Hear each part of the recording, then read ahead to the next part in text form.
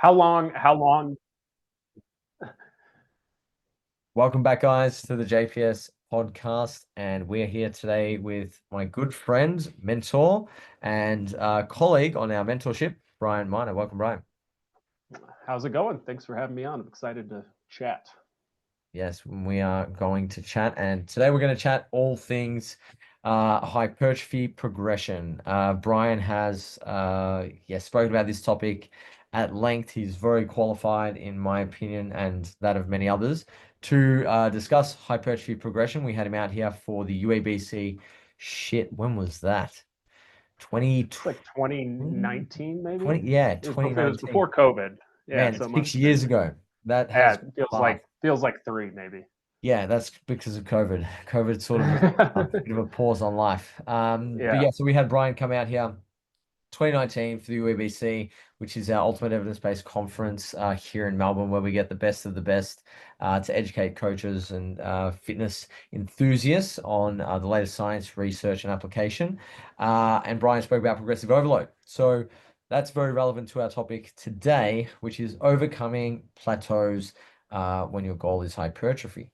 So, Brian, let's kick things off and discuss what a plateau is in the context of hypertrophy. And I think it'll be good to start with physiologically what that looks like.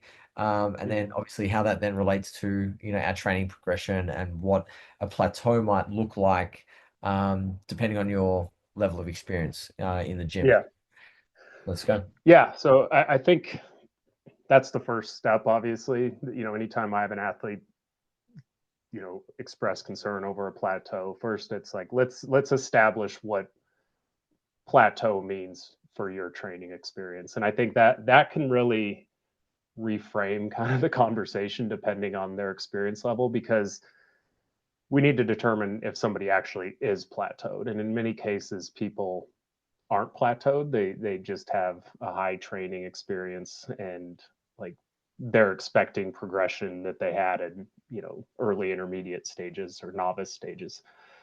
So things will inevitably slow down. And so plateau, obviously, if we look at it from the perspective of hypertrophy, we would not be seeing any additional muscle growth, which for a natural athlete, that's not very lean, it can be kind of hard to measure visually unless you're comparing, similar body compositions, a sufficient distance apart. Um, but our best proxy for that, because it's a slow visual process, is going to be performance in the gym. So looking at trends in performance, at similar body weights, similar levels of body comp will provide insight. It's probably the best proxy we have for hypertrophy, is if we're progressively getting stronger, across rep ranges over time. And for anybody past like that novice to early intermediate stage, it's usually good to kind of look at things on a block to block basis, or every couple blocks. Like, is your average performance increasing?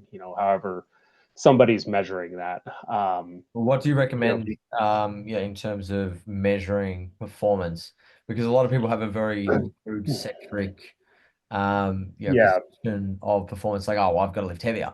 And yeah, oftentimes that comes at the expense of total reps performed, could be even number of sets, proximity to failure could mhm. decrease, mean they're getting closer to failure. So, you can see that if they have that mentality and that's their perception of progression, it can really make it hard to compare apples to apples from block to block if, there's many moving parts.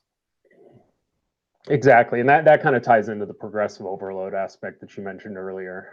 When we talk apples to apples, is I think the first thing is execution similar, because I know, I went through earlier on in my training career, once I had the concept of progressive overload, or I understood at least that, okay, I need to be doing a little bit more over time.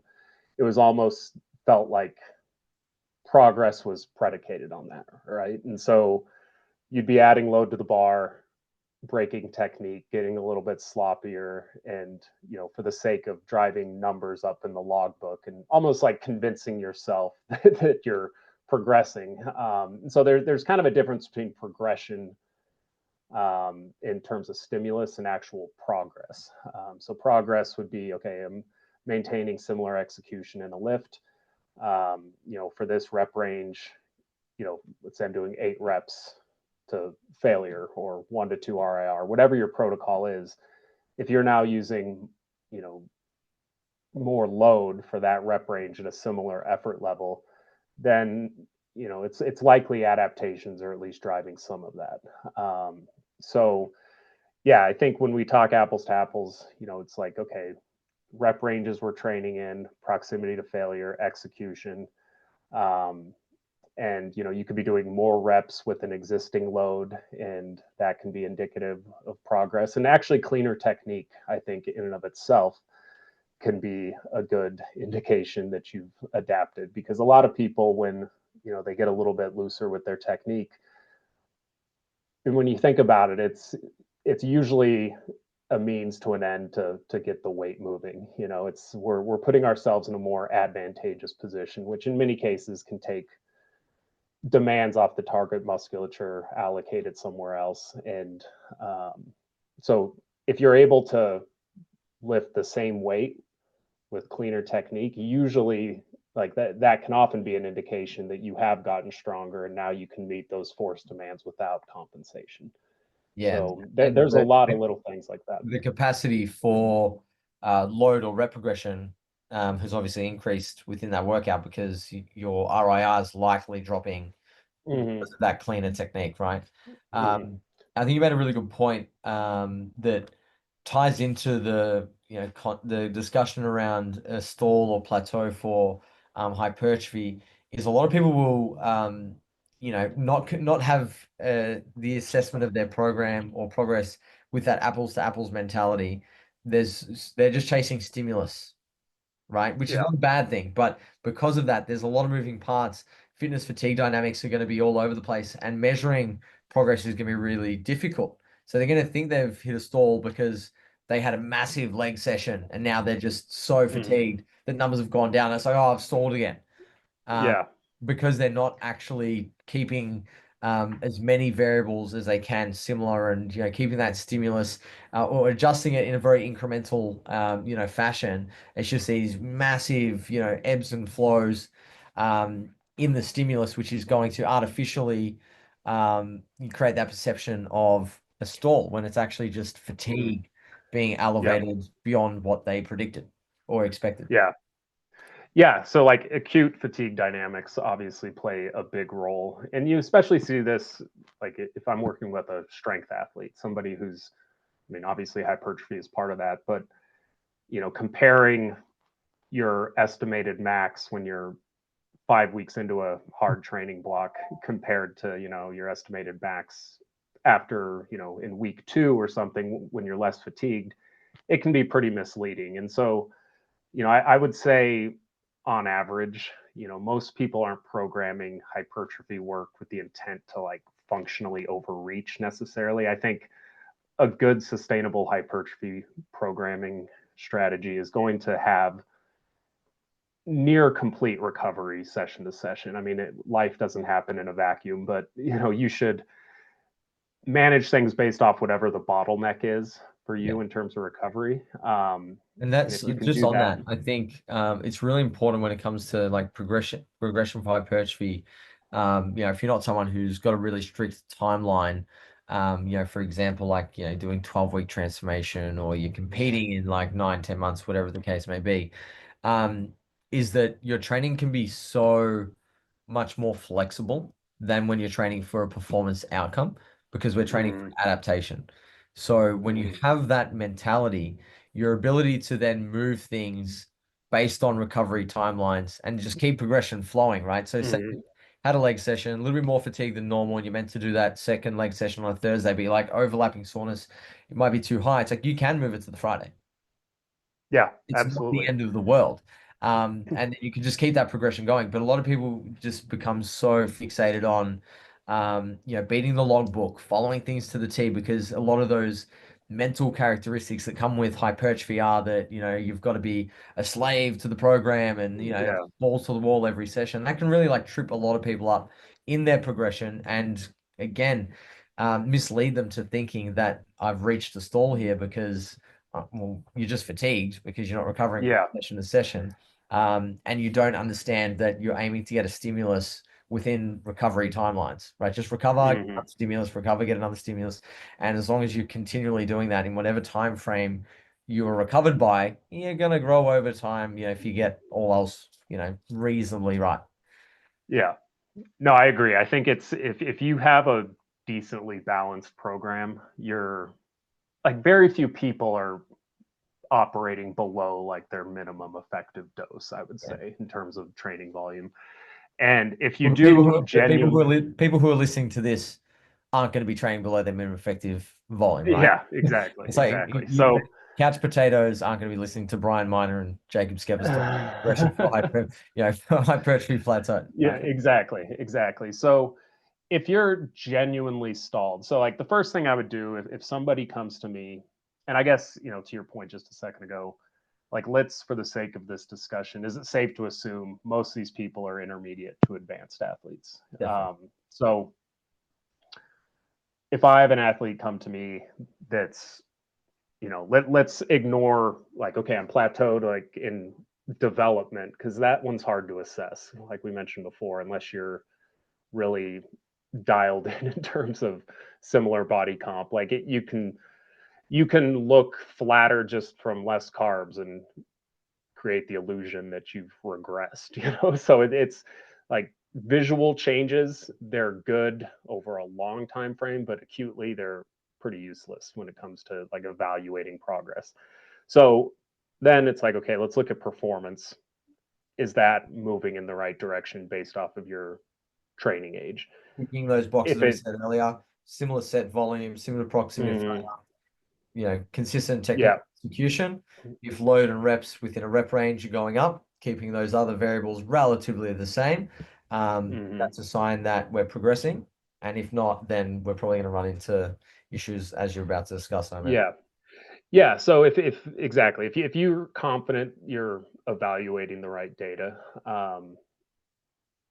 then it's like, okay, let's do an audit of your behaviors first, because a lot of people, you know, if it's not a stimulus issue, which it usually isn't, then it's probably, well, it can indirectly be a stimulus issue because of poor recovery. But if the recovery modalities, or just behaviors, sleep, protein intake, hydration, like everything that falls under that umbrella of recovery. Like, are we doing what's within our power to, you know, Maximize the stimulus. maximize that, Yeah, and pay down fatigue debt session to session as best we I can. like that. Pay If down we're, fatigue. That's good. yeah, if we're not, then I think, the a lot of the personality traits with bodybuilders in general, it's like, okay, they're a motivated bunch. So a lot of them just want to do more and they want to grind through plateaus. Like, okay, well, I'm going to throw more volume at this.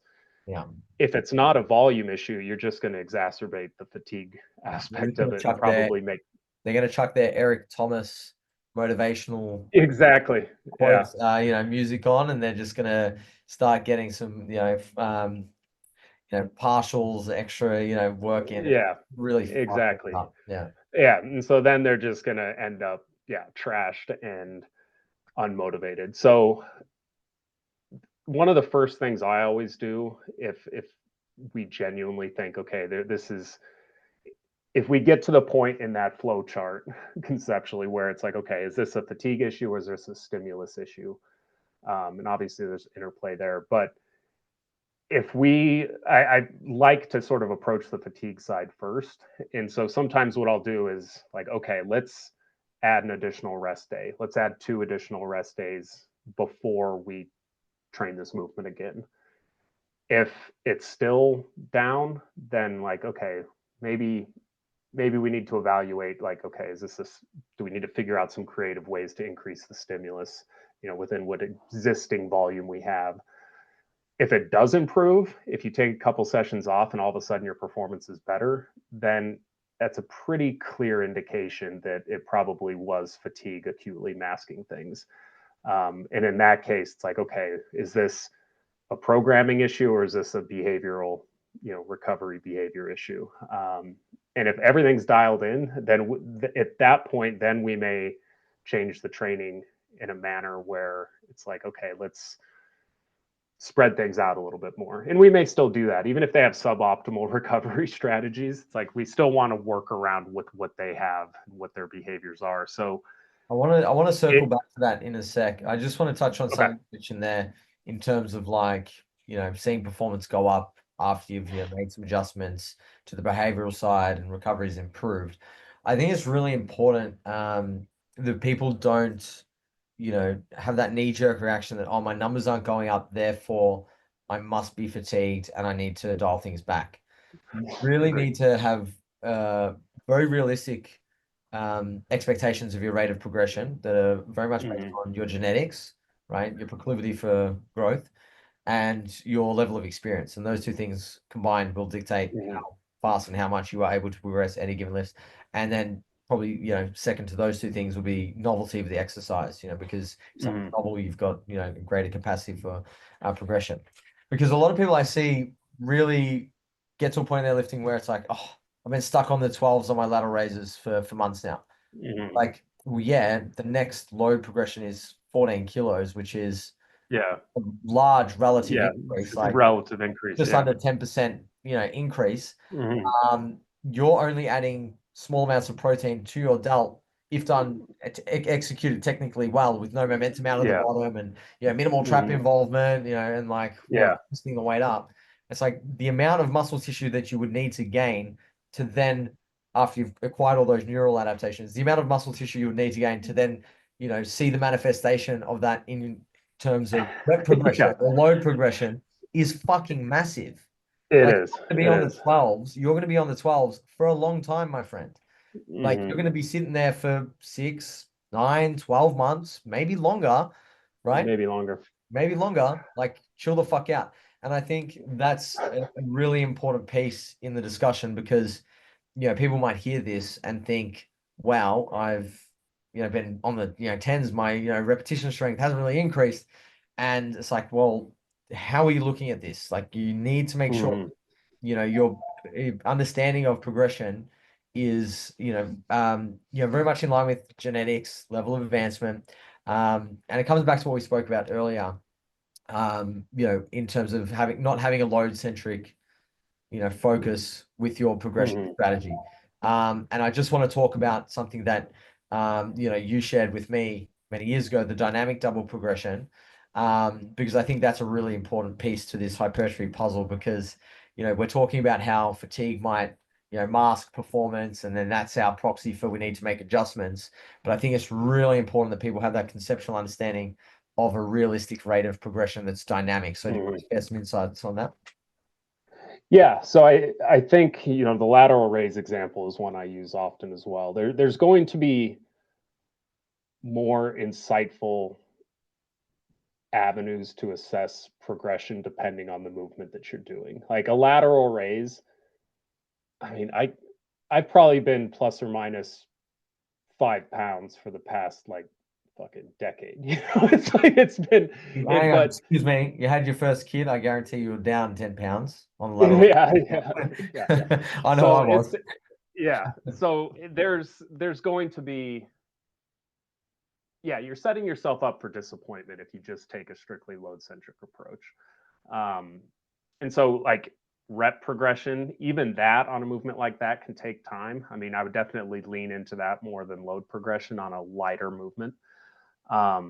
It's like movements that are generally like your Single joint. smallest, yeah, Yeah. your smallest available increase is a large relative increase. So like you said, lateral raise, I mean, going up 2.5 kilos or 5 pounds, I mean, that can be a pretty significant increase in demand.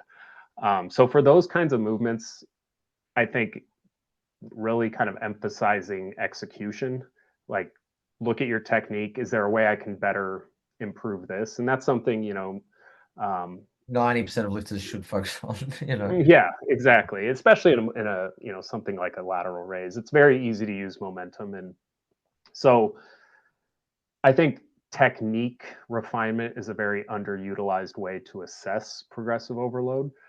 Um, but to your point, I think for a lot of other movements, there's going to be some movements that taking a more load centric approach might be very viable. And advantageous. And advantageous, like Like a a leg back press. squat. Yeah, leg press, exactly, leg press.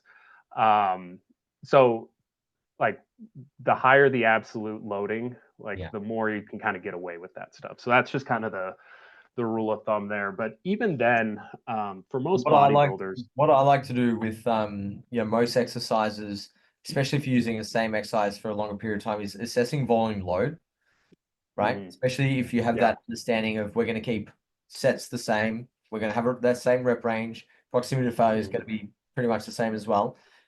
If volume load is going up, right, in terms of your measurement for progression, if your volume load going up, mhm, which takes into account load and reps, right? If that mhm, is increasing from block to block, and we're comparing apples to apples for a given exercise or even a muscle group, like you can zoom in mhm, and out, using volume load. I think that's probably, in my estimation, the best assessment for progression for hypertrophy. If you mhm, tick those other boxes of set volumes the same, proximity to failure the same, exercise yeah, the same. So it takes quite a bit of like understanding and patience and diligence to the data, right? Like you can't just be someone it, chopping and changing shit. But if you're really serious about your lifting, that, in my estimation, like when you were talking years ago with me about how step count encapsulates your daily movement, basically, mhm, better than this 30-minute cardio workout, right? mhm, It's like I think volume load for a muscle group is yeah, encapsulates best is that muscle tissue growing and have a greater mhm, force production capacity. If volume load's going up and you've acquired all the neural gains and volume load is increasing for that muscle group, then obviously the muscle tissue is able to produce more force, which means it's bigger, mhm, right? And that confirms yeah, progressive overload, right? yeah. No, absolutely. I think volume load it's kind of been interesting to see Come and go. It's people's a really weird one. it's like that. It used to be like, okay, like one key point that you mentioned is similar rep ranges, like that. It used to be where people would, if you're doing sets of They just add 6 on a sets or movement, jack up their yeah, rep to yeah. keep it up. It's So like artificial. It's yeah, yeah, it's a useless metric if you're not comparing apples to apples, and it can be yeah, an yeah. I extremely like that. powerful That's a good metric. point. Yeah. It can be extremely insightful if you are. So yeah, I agree 100% there. One other way I like to, this can get a little bit messy, but if you are able to calculate like an estimated 1 rep max, like using you could use any general like 1 RM equation, and kind of mess with it so it accounts for RIR that you're doing. So let's say, obviously, lateral raises, we don't actually care what our 1 RM is, and we would never test it. But if you have like a range of reps and you can calculate like your estimated max across a session, maybe you average those even. So let's say your 1 rep max on a lateral raise is like averages 25 kilos or something like that. What's Then your you can take max, bro? yeah, what's your lateral raise max? So again, we don't care about the 1 RM itself, but it's a decent enough way if you're comparing similar rep Yeah, ranges where you can get like it's kind of getting at the same thing as yeah, volume load, yeah, really. If yeah, so you can kind of track that block to block and see yeah, like, okay, is my for this rep range, is my average actually inching yeah. up over time? And so that's another one that's good. You could even Um, like reframe the term 1 rep max, because people like would think of that as like a powerlifting specific thing or something like that, as like performance capacity, right? yeah, that's a good way. Yeah, Right? It's yeah. like performance capacity. If that, which is the same thing as 1 rep max, if your performance capacity, Mhm. which is based on that equation of a 1 rep max, Yeah, your performance capacity, whatever that number is, whatever it spits out, yeah, it could start at yeah, 1, right? It's like whatever yeah, your baseline load is, the first day you do an exercise is 1, mhm, so 1.1, 1.2, whatever it is. Like that just keeps going mhm. up, then, right? Yeah. Exactly. That's a good way to think of it, because I think sometimes when you say 1 RM to a bodybuilder, they just kind of Yeah. tune out. And so Yeah. that's a good way to think of it. I like Um, but I think in general for bodybuilders, I tend to lean more on like a reps first, load second type of approach, it. like a double progression approach. Yeah. It's not that load progression, load centric approaches don't work. Like we said, there's situations where it could be more efficient. Um, Well, that's a but byproduct of the programming strategy, right? Generally higher exactly. repetitions, where an increase in reps is likely a smaller relative increase Hmm. than load Yeah. for most exercise, because most exercises are by virtue of the programming strategy will be single Hmm. joint or machines. Like it's just Exactly. the sport is going to dictate the progression strategy, Yeah, right? exactly. And the other thing too, I think one of the other advantages of taking more of a rep-based approach, especially with those lighter movements, is a lot of times what plateaus people, like genuine plateaus, is injury. Where it's like, okay, I can't really get a great stimulus because it hurts every time I do this movement. Yeah, And right. so Yeah. sometimes wear and tear can be the bottleneck for people. And I think most people at some point in their training career, if they do this long enough, will probably go Would through a you phase put where Would you categorize like injury, niggle, whatever it is? Would you like have that underneath a stall or a plateau, or would you compartmentalize those and separate and say, okay, well, this is a separate issue to I would. plateau? Like often a plateau could cause an injury or vice versa, but I Mhm. think there is some wiggle room to make that distinction there. Yeah, I think they're indirectly related. I wouldn't put it directly, like I Yeah, wouldn't say like, okay, this is yeah, there's overlap there, yeah, like you said. I think if you're injured, it's probably not going to be a fatigue issue. It's going to be more of a stimulus issue. yeah, It's like, okay, every time I'm getting less motor command to that muscle because I'm apprehensive, and then that there feeds back, and now you're getting less stimulus as a result of that. So it can indirectly, I think, impact a plateau or lead to a plateau.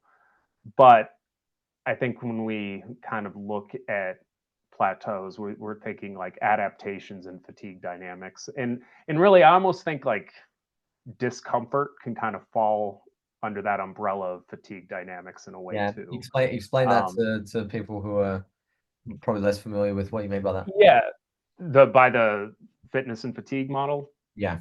Oh, no, no, Yeah. So discomfort, discomfort. yeah. So I mean, if you're I think the model itself, if you understand fitness and fatigue dynamics, like I conceptualize anything that can mask your ability to perform can kind of Yeah, fall that's under it. that side of the Yeah, equation in a yeah. way. It's not technically like physiological fatigue, but it's something that could be explaining why you might be stalled. So anything that's informative in that regard, I think might not technically be fatigue, but it should sort of be treated the same in terms of So like, as okay, an example of that, would you say really shitty night's sleep, high stress levels, like obviously your tolerance to discomfort in the gym is going to be lower because you're just hmm be, less bullish with hmm attacking the bar or yeah, the yeah, exercise, and therefore you're probably less aroused going into that set. hmm So you're more likely to, experience that discomfort and therefore underperform based on prior training numbers, whatever it hmm might be. Something like yeah, that. exactly. So I think anything that can mask your ability to perform, I mean, is can sort of in practice be treated as fatigue, even if it's technically And that comes not. back to when you're assessing a stall, if it's not a stimulus issue, tackling the behavioral side of things, because Hmm. that will Hmm. indirectly Yeah. affect the fatigue and the recovery aspect. Hmm. Yeah. Yeah. So, like for example, I was, a couple of years ago, a few years ago, I was having a hard time. I wanted to do another powerlifting meet, and like my knees were That's just a bad not idea, Brian. cooperating. You're older Yeah, now. No. yeah, I agree. A few years ago, um, but it's yeah, I was just in discomfort training. I wasn't excited to train.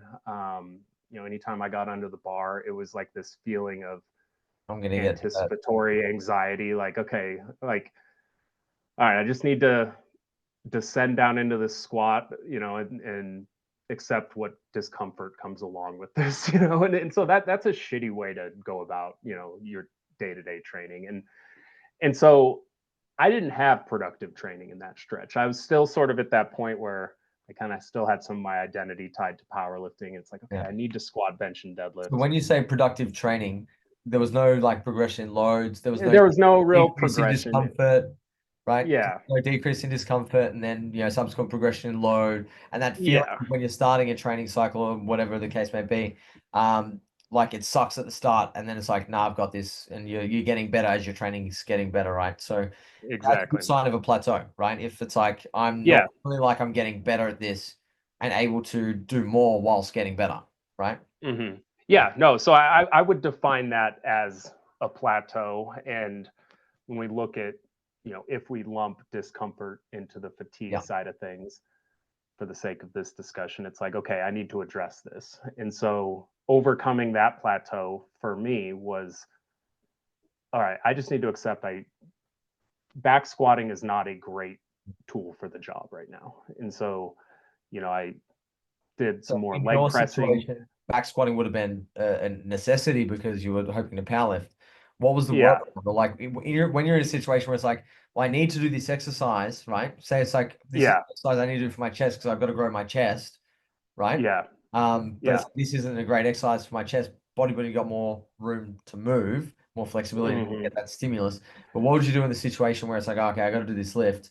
I've plateaued here. So in that situation, I just my solution was just accepting the fact that powerlifting wasn't for me at that time in my life. Yeah, So yeah, yeah, like but just being honest with myself, like, okay, yeah.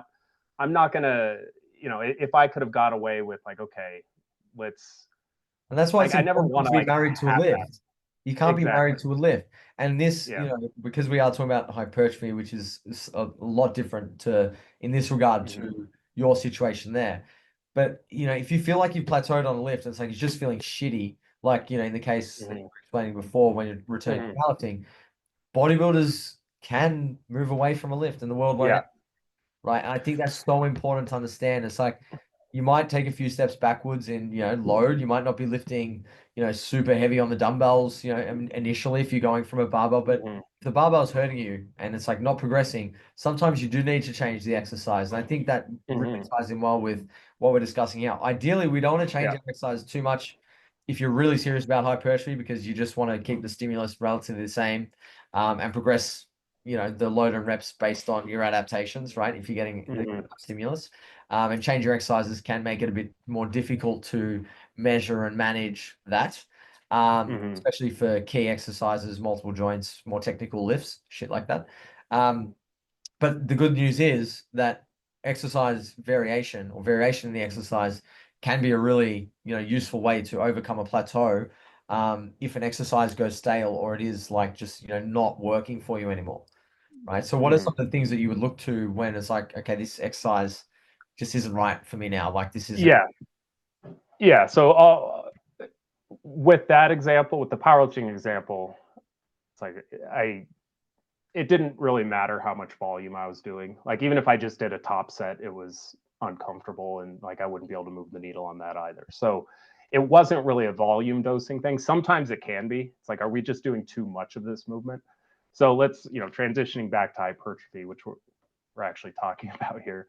I think, yeah, changing movement selection can be a good way to kind of initiate some additional momentum. Like I think the psychological side of a Yeah. training career, I think, doesn't get enough attention here. And when it comes to like there needs to be a some degree of excitement more often than not. Like you shouldn't be dreading training every session. The goal I've Or I've had with a lot of my like more serious athletes is to get them to become excited about doing the same thing and getting the Mhm. stimulus so the progression is Yeah, there. Like that's where they should get excited about that first and yeah, foremost. I feel like amateurs get excited about novelty, but you're that's a right. great There point. has to be enough novelty because we're humans, we're not robots, right? Mhm. Yeah. And one interesting, I guess, concept here too is, the average gym goer, like at any bodybuilding gym, like at least here in the States, I mean, most people aren't carrying around a logbook to train, the average person.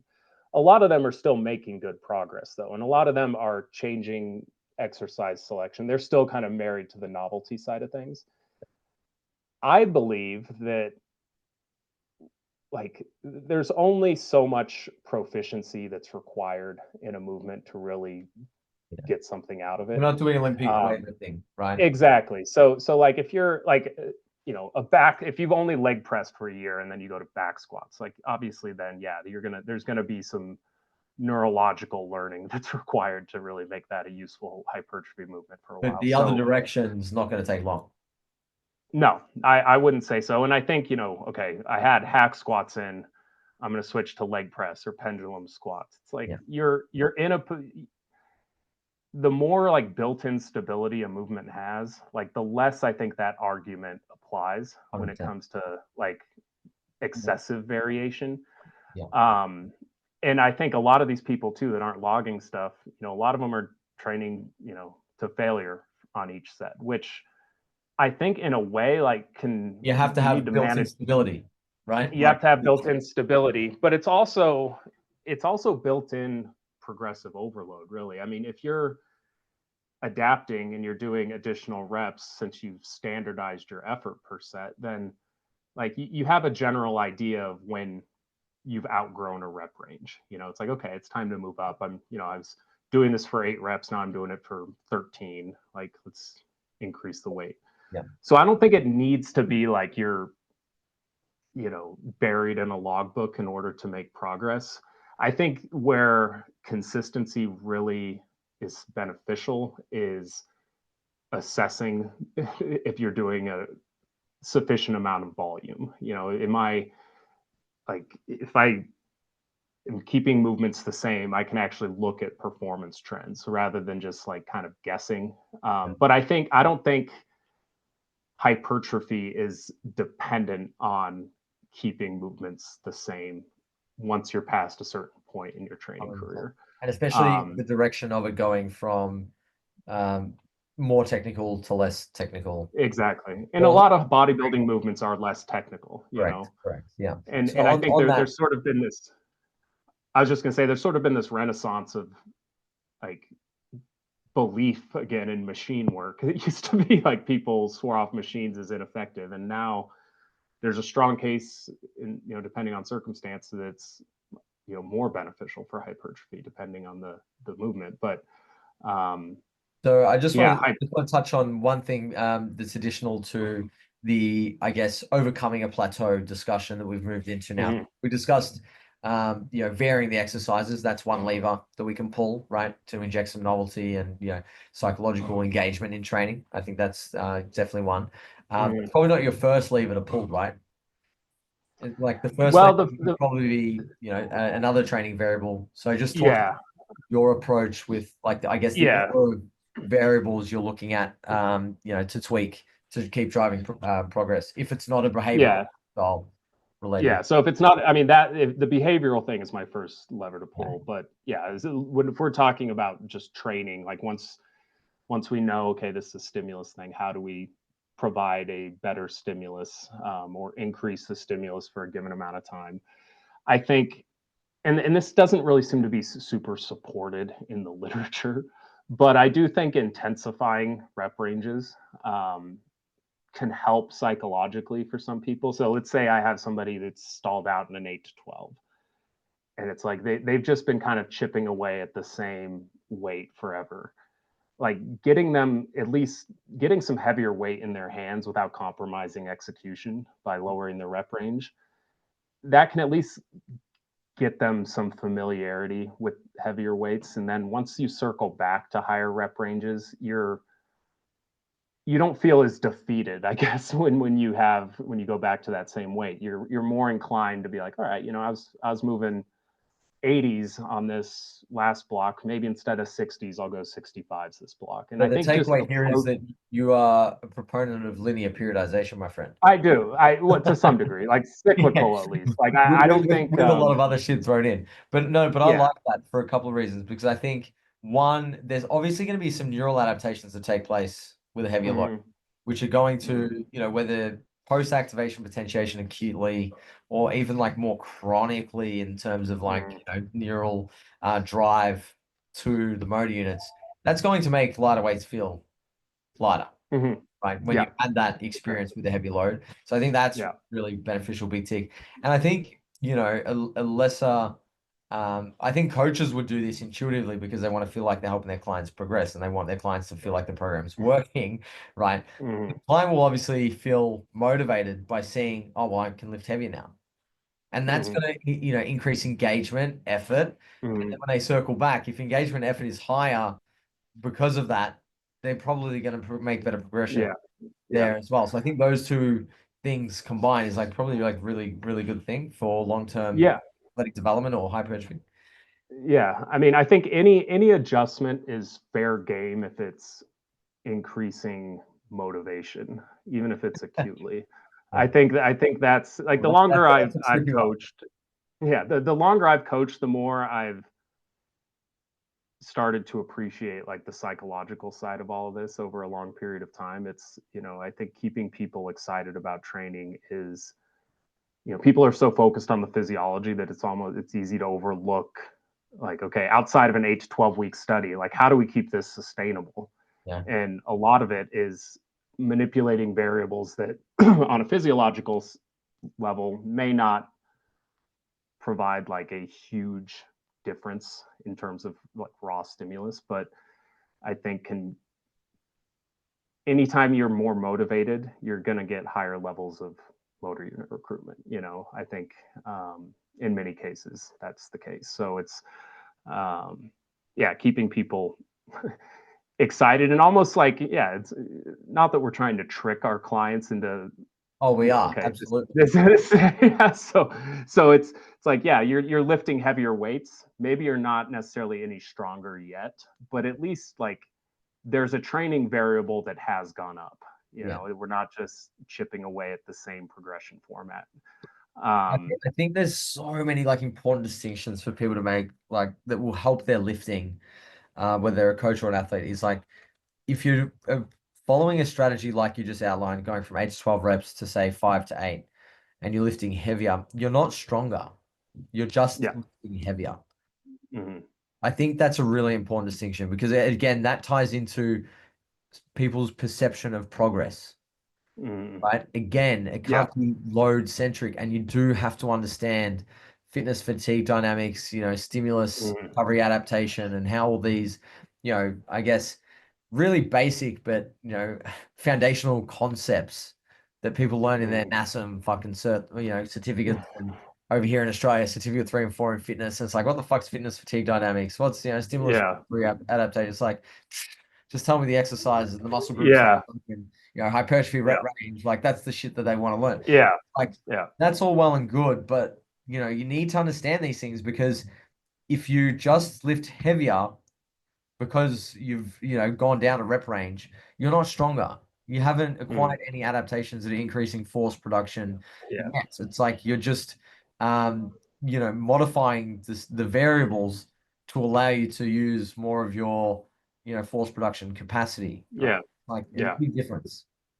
Yeah. And I think, I mean, it could result in you getting stronger, at Absolutely, yeah, least in long that term, long term. But that decision, it's Yeah. like the progression versus, or sorry, the progressive overload versus overload discussion. It's like any Hmm. idiot can overload their training, like add more Yeah. sets, more reps, train closer to failure, shorten their rest period. Like Hmm. that's increasing, the difficulty, complexity, Hmm. stimulus, whatever fucking way you want to define it. But progressive overload is a very different thing. And I think these Yeah. distinctions are very critical for the discussion of an assessment of have I plateaued, right? Yeah. Absolutely. No, I think if you're like that was a big moment for me in my training career once I Yeah, kind it of was same for me. realized that, Yeah. um, where I'm not bullshitting myself into thinking I'm progressing, and also understanding like, okay, hey, this movement, I might be doing the same on paper, the same thing for quite a while, and there might not be anything wrong with that. Yeah. Like this a And that's lateral where raise. I just thought of something interesting. That's where powerlifting, like like you are forced because you show off your powerlifting online on social media, people Hmm. put up their numbers and stuff. It's like, if someone's progressing or not, if they're getting stronger, if their programs Yeah, work. Bodybuilding, yeah, you don't know. yeah, yeah. You can bullshit Especially yourself. on the Yeah, natural on the side, natural side, especially. but you can bullshit yourself more because one, people aren't showing their numbers because nobody actually cares. They're all vain and just want to Mm, see like how they look. You can modify yeah. the lighting, you can modify the angles, you can get a pump, you can modify your nutrition, lose a bit of body fat. It's like keeping yourself accountable and not bullshitting Hmm. yourself in bodybuilding when it comes to assessing your muscle growth is much harder. Yeah, Much harder. it absolutely is. And It that's where a lot of absolutely coaches is. get away with fucking dumb shit and bullshit programming and really average programming, is because you don't get found out. And I learned this when I did powerlifting. It's like you get found out real quick if you can program or not. You either get Yeah, stronger yeah, yeah. and you either get them, better performance on the platform and you understand all the shit we're talking about, fitness, fatigue, dynamics, Hmm. stimulus recovery, adaptation, what the stimulus needs to look like, how that maps onto the variables and what the variables do in bodybuilding and hypertrophy, you throw shit at a wall and hope something sticks. There's survivorship bias, all these other fucking weird Mm, things. It's like you really have to look in the mirror and not bullshit yourself. yeah. I think that's such an No, important piece of I like that. I mean, I hadn't really thought of that, but you're 100% right. Like yeah. it's harder to be exposed is You're having like a exposed, really correct? suboptimal program with hypertrophy because no Yeah. one would know, Up the dose, especially like brother. in an off season. Yeah.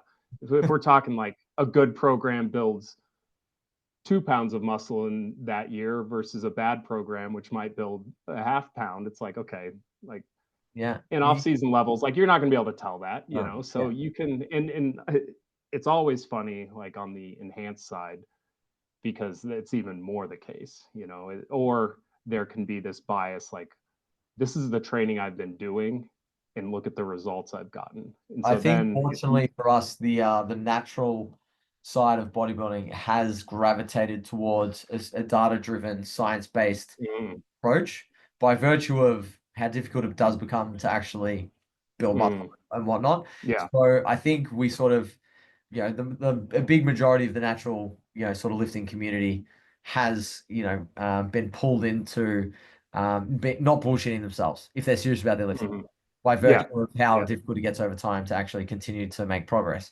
Whereas I think, as mm, you pointed out, which I didn't think of, the enhanced side, you can keep bullshitting yourself because yeah, they just almost yeah, directly and deliberately steer away from the data, the science, because they don't yeah, need to.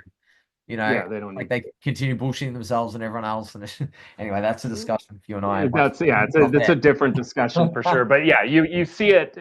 It's much more prevalent in hypertrophy in general, Yeah, and it's compared to especially powerlifting. prevalent on the enhanced side. Yeah. So, Yes. um, but No, yeah, I that's awesome. think just understanding your, like, just managing expectations. I think that's the biggest piece of this that I discuss with people, because in many cases, nothing, unless it's an enjoyment issue. If someone's like, "Hey, I'm really enjoying this," I'm just like, nothing's moving up. Like, okay, well, it's very possible nothing is moving up because you're looking at it on a narrow time scale, and this is I would something rather that, that or situation though than somebody not enjoying training and things progressing yeah, absolutely, absolutely. because And both yeah, you want the progress no matter what. I would rather have slow progress than increasing stuff, but you're hating it. Yeah. changing the movement. It's, It's it's like a it's a patient man's game. It's like you've got to be it in it for is. a long time. Like if you actually want to be good at the sport of bodybuilding and or build an appreciable amount of muscle, it's like yes, what you do now to make the most amount of progress possible isn't always best, Hmm. right? It's like you need Yeah. to enjoy it and it does need to be sustainable. And I think Hmm. that's probably a good point to leave this conversation, Brian, because we've given the Yeah. listeners lots to think about. I know you and I could probably shoot the shit on this for, Yeah. at least Probably. another hour or two. Yeah. I know that I certainly enjoy bouncing these things off the walls with you. Yeah. Brian, thank you for coming on, man. We'll Yeah. chat Happy. soon. Thanks for having me on. That was fun. Guys, yeah, make sure you have taking down plenty of notes because there were a lot of gems in there, and I think if you can take what Brian shared and apply it to your training or your client's training, you're going to get some pretty good results. Until next time, guys. Thank you. Thanks. Okay. Oh yeah. How do I end the recording, man? There we go. Done.